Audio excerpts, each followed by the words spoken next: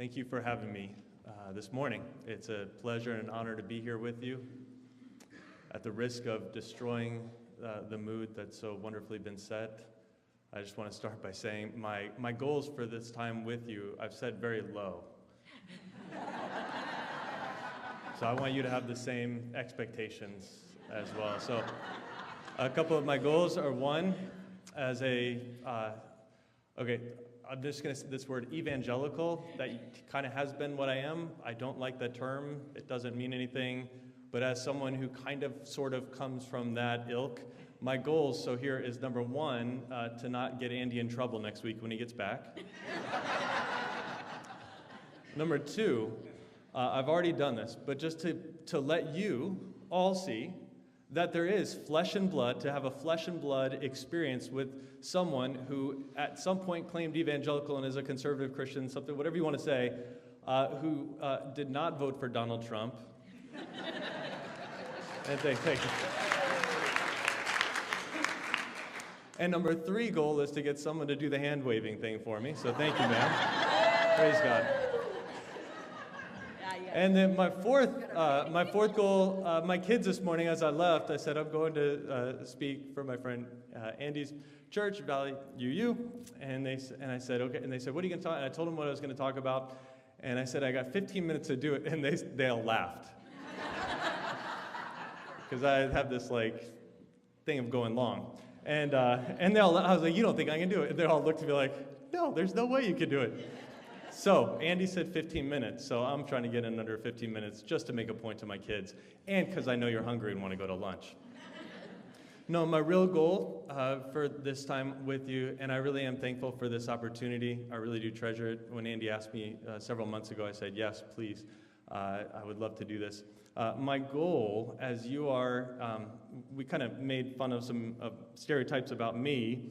I want to not make fun of, but just a stereotype. So I'll just say this, it was shocking to me that you as Unitarian Universalists were having a focus this month on justice. Didn't see that coming. I kind of feel like that's every month for you guys, right?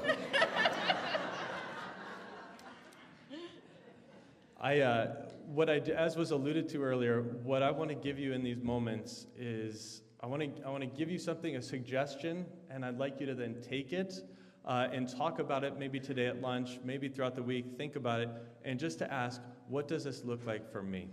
And so, and it's something that if you are going to engage in justice, you are going to need. So with that, what I want to do is just to tell you a little bit about my family. My wife and I have been married for almost 17 years. We have two girls, 14 and 12, and a 10-year-old boy.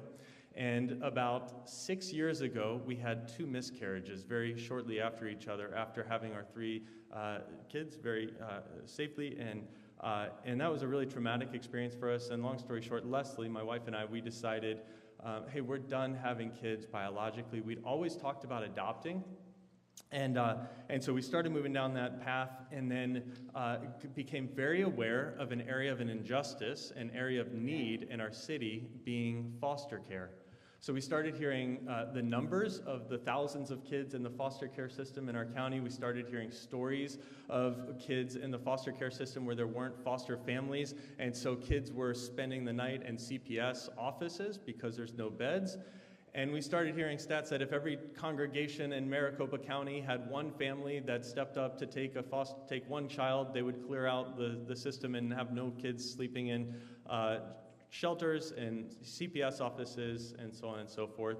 And so a number of things happened. And Leslie and I said, and we talked with our kids, and we said, we think this is what God's calling us to do. We'd been involved in iHelp, with several of you are familiar with, and we'd have, through iHelp, which is a homeless ministry that our family had been involved in, and our small group at our church. For the previous 6 or 7 years, we had gotten to know a lot of homeless people and learned a lot of stories, and their lives had become enmeshed in ours, and had homeless people live with us and then a part of our community. And so we said we want to continue with some of those relationships, but we really feel called to this foster care thing. And so we went through the process to become foster parents, which is a laborious process with lots of paperwork and classes and all sorts of stuff, which is really good, because if you have people taking care of kids that have significant needs and significant traumas, you want people to be really trained and really vetted really well. And so, but during all the classes and training we took, we kept hearing, they kept saying, the system is broken, the system is broken, the system is broken. And we said, yeah, we know the system is broken. A couple weeks into it, we realized, oh my goodness, it's broken every which way. Now, we finally got our license about 3.5 years ago on a Monday. And on Tuesday, my wife called me and she said, hey, you need to come home because I just got a call. There's a little 11-month-old that they'd like us to take. And I said yes. And I said, great, I'm glad we conferred about this.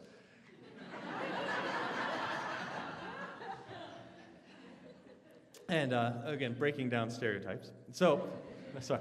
But I said, okay, so I'm coming home. So I got home right before they dropped off our little guy, little 11-month-old guy. And maybe the first picture, I think, is a picture of that first night when he came in. There he is. So that's my wife's back and the back of his head, and our 3 kids who were quite a bit younger at that time, almost 4 years younger. And so this was right in the entryway to our home. I reached my phone out and just said, this is one of those moments. And as you know, as we always do now, I snapped a picture because it didn't really happen if a picture wasn't taken. So this was the little guy, the first day that we got him back 3.5 years ago, and we got him, and you know, you're just trying to figure out what do we do with it. We didn't know if we'd have him. They said you'll probably just have him for a day or so. And so go to the next picture. He's Navajo, half Navajo, and we didn't know anything about Navajo. And so we got him in September, and for Thanksgiving, we did a Thanksgiving pilgrimage to Navajo Nation, to the capital, and visited my friend who is a pastor who he's Navajo and lives at the capital in Window Rock. And we were on our way out there. We were driving to the Four Corners. The kids were really excited to see the Four Corners. And we were driving there the day before Thanksgiving, and my friend calls me and says, Chris, I'm so sorry. I was traveling, and I just got back, and we forgot to take the turkey out of the freezer. And he said, so we're not going to be able to have Thanksgiving turkey and stuffing tomorrow. We're going to have to do like mutton stew and Navajo tacos. I was like, dude, we're not coming out there to have turkey. We're coming out there to have mutton stew and So this was him just a couple months after we had him wandering around, and it was really cool. One of the things they tell you in the classes as you're preparing is your biological children, don't forget about them. Like, you got to care for them as well, because these kids are going to need have a lot of needs. And it was really cool. About a week or two into it, we were sitting around the kitchen table. I said, how are you guys doing now that we're doing foster care? Do you 3 still feel like you're loved and cared for? And my oldest, Amy, she said, it was beautiful. She said, I actually feel like he's brought our family together even more. Because we're in this together. She didn't say this, but I would say we have a common mission. And it was something that really stuck with me, that there's something about being united around a common mission. And for us, for the 5 of us working with him over the last 4 years, it really has brought us together as a family. Let me show you one more picture of him. We still have him, right? Come on. It's like silly how cute this kid, right? Yes! You guys are so much more fun than my congregation. I kid you not. Oh my goodness. So we, over the last 3.5 years, have been involved in this area of justice, and it's been a lot of fun. He is a stinking cute kid. It's just, but here's what I want you to know. We got to know his parents. And we worked with his parents for about the first 1.5 years and tried to help them get. Our goal in getting into foster care was not to adopt, but was to help families be reunited and get reunited. So we worked with them. And you know what was painful was that the more we tried, the more they didn't get it. And their rights, about 1.5 years ago, their rights ended up getting severed. And it's one of these moments when we're throwing the 3rd birthday party, his 3-year-old birthday party at the park for this guy, and we had invited all of his biological siblings. There's 6 of them. And they were all there, and I took a picture because you got to take a picture. I got all of them, all 6 of these kids together, and took a picture of him. And as I took the picture, I lost it because I realized parents' rights had been severed. This is likely the last time that these kids will ever all be together in the same place for the rest of their lives. And it was like, So just emotionally, being involved in justice will emotionally get to you, whether it's foster care or whatever it is.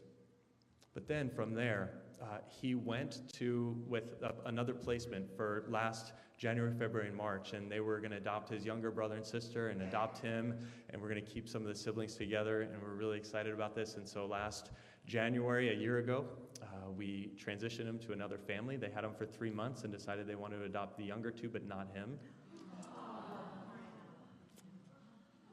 And so the state called and said, would you guys take him back? And we said, we prayed about it, talked with our kids about it for a week, and decided to bring him back. Now that, if I can just share this with you, that trauma of they didn't talk about us for those 3 months, we don't know exactly what happened, but when he came back, we had about a 2-day honeymoon, and then the stuff hit the fan. And the last 9 or 10 months or so has been crazy. You see, he was born with drugs in his system, first 11 months of his life, neglected, and then this transition of leaving us and then coming back, not trusting that attachment. And so if you just go to the next picture, I want to sum up the last 11 months. This is my 12-year-old daughter's arm. And I always say, like, when he bites, it's not like, I got to show you the picture because you can take, like, dental records from the bites. And so that, I'm not going to make my 15-minute time limit if I don't stop telling you all the stories. So let me just use that to sum up the last year. And coming out of Phoenix Children's Hospital in October, we had the decision to make, can we do this? Is this God's calling for us to adopt him or for somebody else? And I don't know what to tell you. For a month and a half, we agonized, my wife and I, and our kids. And we prayed, and we talked, and we got counsel from our community. And this was what my therapist said. This is the most, see, breaking down more stereotypes. What my therapist said was he said, this is a brutal decision. And it was. This has been the most brutal decision. And somebody said, so we decided about a month ago that we were going to not adopt him. And that we didn't know what that meant, but we're going to have the state start looking for somebody else to adopt him. And it was this brutal decision. Somebody said, you know what, you're making the right decision for your family. And I said, it's not a right decision. There's no right decisions in this. Because when you're dealing with injustice, when you're dealing with kids in this situation, the right decision would be for his parents to have never done this in the first place and for the family to be united. Now, here's what I want to put before you, is that like was said earlier, justice and these things, nobody said when we started foster care, why are you doing that? You're an idiot. That's not cool. That's dumb. That's lame. Nobody said that. They said, that's great. Good for you. That's such a good, noble thing that you're doing. But here's the thing. When justice is no longer cool and sexy and easy and life-giving, when it's not just giving money or Facebooking or talking about things, but when it becomes the scars on your daughter's arm, when it becomes the scars on your own heart, when it becomes these things and you're down in the midst of it and you have to make brutal decisions to which there is no right answer. For us, this is my testimony, okay? And for us, what has been for my wife and for myself and for our kids, what has been sustaining is to say, we've needed a story to zoom out to. We've needed a bigger story. And that's the question I want to ask you is, what is the bigger story? What is the bigger narrative so that when your heart gets broken, when you get in the down and dirty of doing justice, that you can zoom back out and say, I know I'm a part of a bigger story. These 6 symbols that are on the board, this is for us in our tradition, and I want to submit it to you and say, for you and your tradition, see what this means. But for us, what has been so life-sustaining and what has given us an ability for our church community, we've written these 6 symbols and said the Bible, it's not just a list of rules, it's not just a bunch of fun stories, it's not just this restrictive thing, but what it is the Bible from beginning to end, our scripture, it tells the true story of the world, you might say. It tells a story, and one unfolding story. And so that first little divot down arrow, it's in the beginning, it's saying God created everything. He created it good, right, and beautiful. And we've had to come back again and again in the midst of a broken situation. Remember, this is God's world, and it's beautiful, and it's good, and it's right. That second symbol, the X is good if you're a treasure map, bad if you're on a test. And X marks something has gone wrong. And so the reality that this world is not the way it's supposed to be. And it's been so helpful for Leslie and I to come back and to say, okay, we're not crazy. This world really is so broken and so not the way that it's supposed to be. But the story continues on, and there's this forward-moving arrow that our God is not silent. He doesn't stop. He doesn't slumber, but he is on a mission to fix the things that are wrong and to restore a broken world. At the center of the Bible, our scripture, our tradition is Jesus comes, and he lives this kingdom life, the life of beauty and good and rightness. He lives that, and he dies his death, fixes that curse that had happened, and he rises, and there's life, and there's hope. And like your opening song saying, I can't give up hope, I can't stop hope, it would seem so unright. And yes and amen. If you're going to live in the midst of injustice and work towards justice, you have to keep hope. And that last arrow going down is that the hope one day that God will return and that there will no longer be death and tears and crying and foster care and litter and ridiculous presidents. And all these things will be done away with. And that there is a sure and steady hope for the future. And I just, for me, knowing that you're talking about justice and knowing that you all do not just talk about justice, but you do it and you get mixed up in it, my plea with you, what is that sustaining story that will continue to bring you hope when you're in the midst of it? Thank you.